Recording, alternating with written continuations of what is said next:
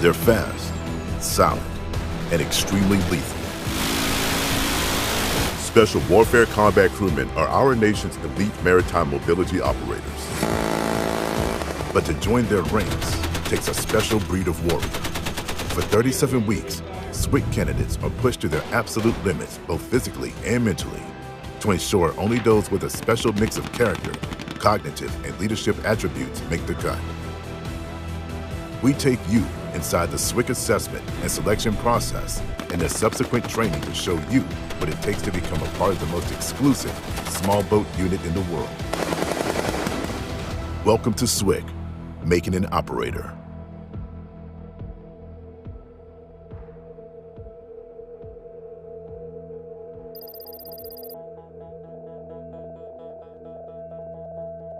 Down your stomach. Turn away from me. Completing the tour is not the end of the SWCC pipeline. The candidates now move into Bravo phase, known as training phase. Bravo phase is a completely different challenge than Alpha phase. Gone are the days of nonstop physical intensity. Instead, Bravo phase instructors act as teachers and mentors while guiding the candidates through the important technical aspects of the job. Can you imagine your chest? From now on, we're going to be dealing with weapons, okay? Small arms, then following up with the heavy weapons, culminating in live fire. Next week at the range, small arms, and after that, heavy weapons up at Camp Pendleton. SWCCs are trained on heavy weapons and small arms. We train on small arms because not only do we operate our big weapons on our craft, but we also have missions where we may do a small boat interdiction or we may have to come off the boat. In order to do that, we need to be trained in small arms. Candidates come from all over the world. Some of them may have grown up in a place where they didn't shoot weapons.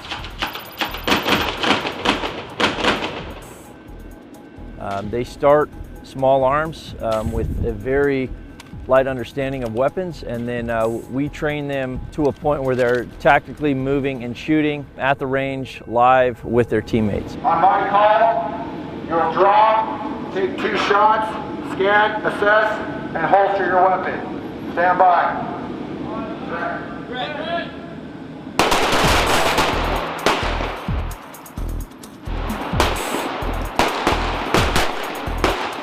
As self-operators, I think that weapons are inherently important to our job. You're not always going to have the heavy weapons on the boats, you're not always going to be on the boats. It's important to have this tool in your toolbox. Yeah, there's a very steep learning curve. It is a lot of information, but just like with any other course of instruction, there's a method to the madness. The curriculum is set up the way that it is for crawl, walk, run. We take our time with the candidates. We work them in depth, spend countless hours with them in order to get them to today we're actually on the range shooting.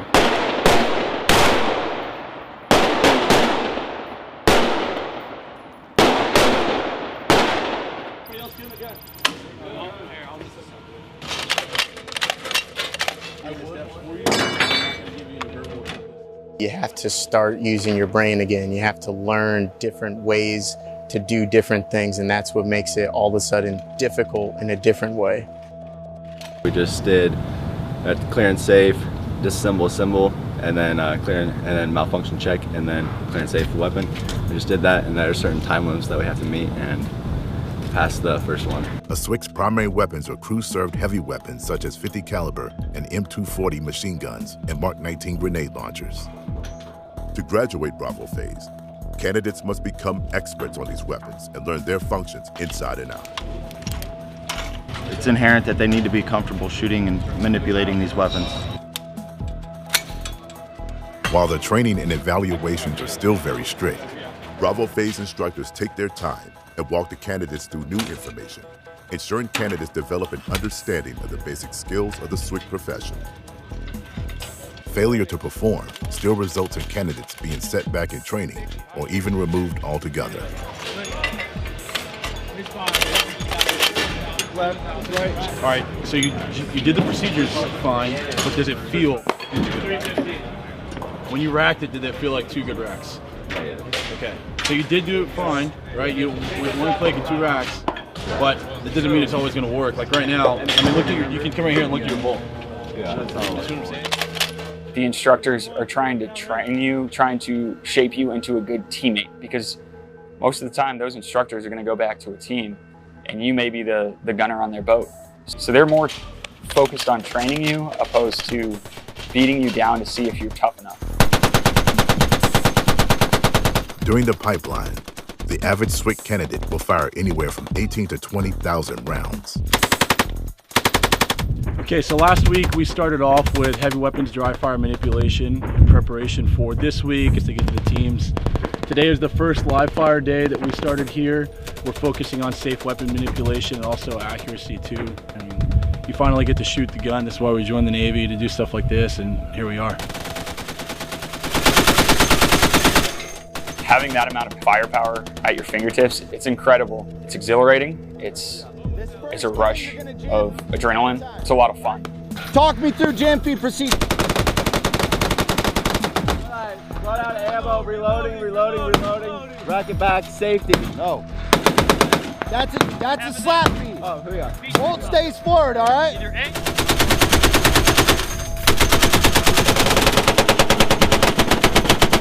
Once you finally start shooting these guns and you get out in the boats, it becomes real.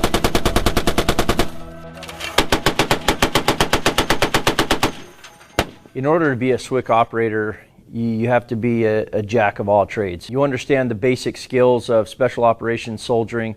However, you have to be a master of your craft. Yeah, your engine oil, cooler. Moving on. No, when you're a SWCC, there's no mechanic out in the boat with you because you are the mechanic out in the boat with you. So you just have to be ready to complete the mission at all costs, which means, you know, fixing your engine, fixing your boat, making sure that everything's greening up and ready to go. All right, so if your electric priming pump wasn't working, you can come back here and use your manual priming pump. Here in the schoolhouse, we get very in-depth with every aspect of all the mechanics as far as the boats go. Our main job is to be, you know, masters of our craft and our equipment. If we're out there on a mission on the water and something breaks, something goes wrong, you have to know how to fix everything because no one's going to come out there and help you. First, shift to neutral, shift to back flush, and then when you rev your throttles up, water will then again be going. In addition to heavy weapons, a SWCC must be an expert on the water, not only piloting small craft, but also navigating and communicating at sea. Navigation is a core skill of a SWCC operator. We teach them navigation at the baseline level, and then by the end of training, they're very good navigators. We also utilize state-of-the-art simulators in order to help the candidates get more repetitions before they get on the water, and it prepares them for navigating at night at the high speeds that we travel with our combatant craft. There's long days of what they call drinking from a fire hose because it's just a lot of information you need to not only understand but be able to implement into action. The information doesn't slow down, there's only more.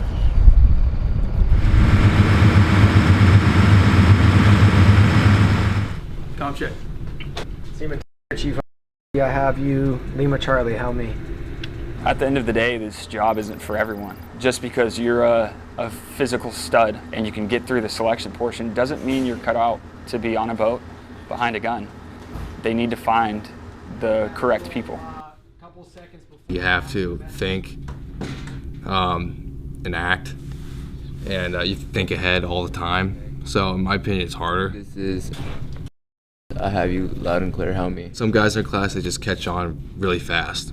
But there's some guys, like me for example, I have to work on it all the time. For example, today, this afternoon, we're going to be going out. You're going to be running between 4 different stations on base. At each different station, you're going to be required to program different radios and get comms checks with other instructors on base. So it's just a culminating event of what we learned here in the classroom and now applying it to a more tactical environment. We operate in remote areas all over the world. It's imperative that our candidates understand the core basics of communication skills, and they know how to talk on military communications gear, and then they move into more advanced gear when they go to the special boat teams. Instructor, Seaman, radio check. Comms is everything in a mission. And so if you're not able to troubleshoot, if you're not able to correct things on the fly, then you're dead weight. At least with this, at the end of the day, everybody can program a radio, everybody can troubleshoot a radio, everybody can make comms, so that way everybody can contribute to the team. Structure, Seaman, radio check. Let go. In crypto mode? Yep. After 7 weeks, the candidates are ready to move into the final phase of training, Charlie phase, known as the qualification phase. During Charlie phase, candidates learn intermediate seamanship and navigation, waterborne patrolling, and how to execute full mission profiles. At which time we will set one either Charlie or Bravo in, and another one either here, depending on traffic. Obviously a lot of improvement over the last couple of weeks since we've introduced the rock drill. We introduced the op board. You guys would crawl, walk, run all the way through the whole process. Now you guys are here, you're going to go to your teams and you're going to continue to build these skills as you progress in your career, all right? So good job. You guys have obviously showed that you care and that you've worked real hard to get to this point, so I appreciate the hard work. All that's left to do now is prep for tonight, and we're going to go out and we're going to crush it, all right? Once we pull lines, everything's just like second nature. We already know what to do. The easy part is actually executing the mission. Definitely. I definitely think everyone in this class is prepared. Charlie phase culminates in one final test, a field training exercise where candidates plan a mission entirely on their own, brief it to their instructors, and then execute it using their knowledge of small craft navigation and piloting, communicating, heavy weapons training, and of course, physical and mental grit. The candidates set out to accomplish their mission, a mock rescue of a prisoner from hostile territory. After reaching their target, the candidates recover the prisoner, who gives them intelligence on the location of enemy forces. The goal is to have 100% destruction of all VICs and personnel.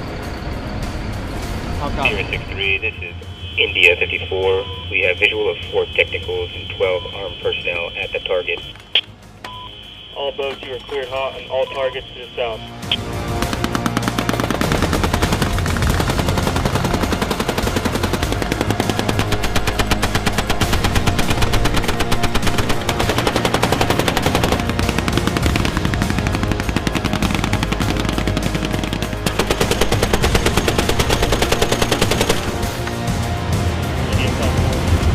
The exercise is a success.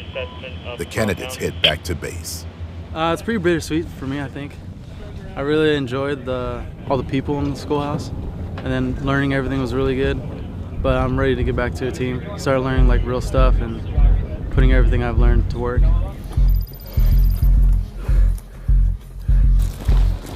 Students make one more stop before they graduate. Survival training. SWCCs operate in denied environments all over the world in small teams. It's imperative that they have survival skills in the event they were captured. So well designed. It's designed to make that operator at the end of the training. That's what this school was made for, and the instructors do a very good job at that. With 37 weeks of training under their belts, the graduating class consists of only 14 candidates, down from an initial 45 who showed up on the grinder for day 1 of Alpha Phase. Upon receiving their SWCC pins, they will have officially completed one of the most difficult assessment and selection pipelines in the U.S. military. Naval Special Warfare is highly reliable because we reinforce an uncompromising standard which you have met. Then today, we'll pin the SWCC Warfare insignia to your chests. Gentlemen, welcome to Naval Special Warfare and to the boat teams. Make us proud. I trust that you will. When a candidate arrives day 1, they may not know it yet, but they've just entered one of the most elite communities in the world. Feels amazing, you know, we put in a lot of work to just be here, but you got to understand that's the start of our career. You know, it was a job interview, and now we got the job, so it's ready to, you know, get down and dirty and get to work. Graduation marks the end of the SWCC training pipeline, but only the very beginning of their careers. Upon graduation, the new SWCC operators will be assigned to special boat teams around the country. There, they will operate as experts in clandestine insertion and extraction, utilizing their unique combination of capabilities with weapons, navigation, engineering, parachuting, and special operations tactics. They will spend years honing their skills to ensure the U.S. Navy's continued maritime dominance. For the graduates here today, they'll look back on this training and they'll realize that every cold night everything that was hard, every evolution that they went through was completely worth it. If I had the opportunity, if I was in their shoes, I'd do it again in a heartbeat.